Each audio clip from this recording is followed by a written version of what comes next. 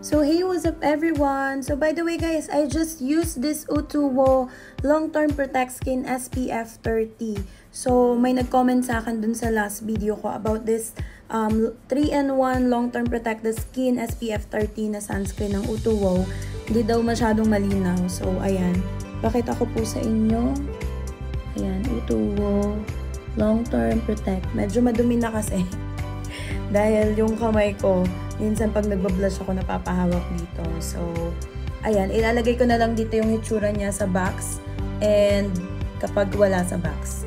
So guys, by the way, dahil mahilig nga ako ngayon sa mga 3-in-1, alam mo yon, sobrang kapag ikaw ay kagaya ko na talagang adulting na, kailangan nang magtipid sa buhay, kailangan yung makeup mo, pang all-in-one. Another product of Utuwo, this is a Glow Color Bounce. Ito, mouse siya. So, ginamit ko na po ito. Actually, para siya dito sa bounce. And, ayan, tingnan niyo yung texture niya, guys. Diba? Sobrang ganda ng color niya. Para siyang red-orange. So, gamitin natin siyang pang-blush. Ayan. Diba ang ganda ng color niya, guys? So, para din ito sa mga nagmamadali, by the way.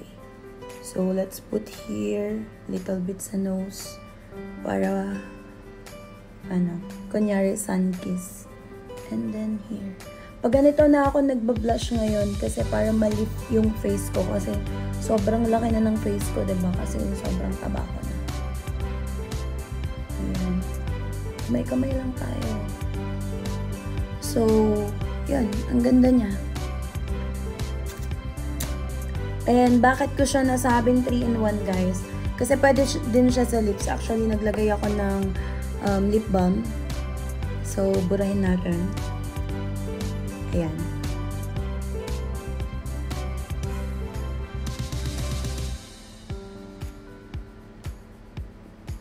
Ganda ng color niya. And pwede din siya dito. Pwede din siyang eyeshadow. So, i-blend mo lang ng maayos.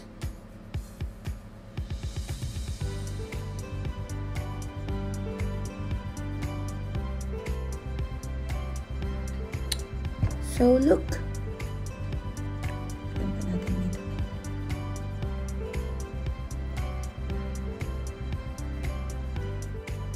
So, yun. Instant naka-makeup ka na, guys. Kung nagmamadali ka, busy yung schedule mo, pwede na to. And you can put this in your pouch kasi sobrang maliit naman siya. Ganyan yung shade niya pag sa kamay ko. 'Di ba? So, 3-in-1 na siya. So, this is what I love for this Utuwo.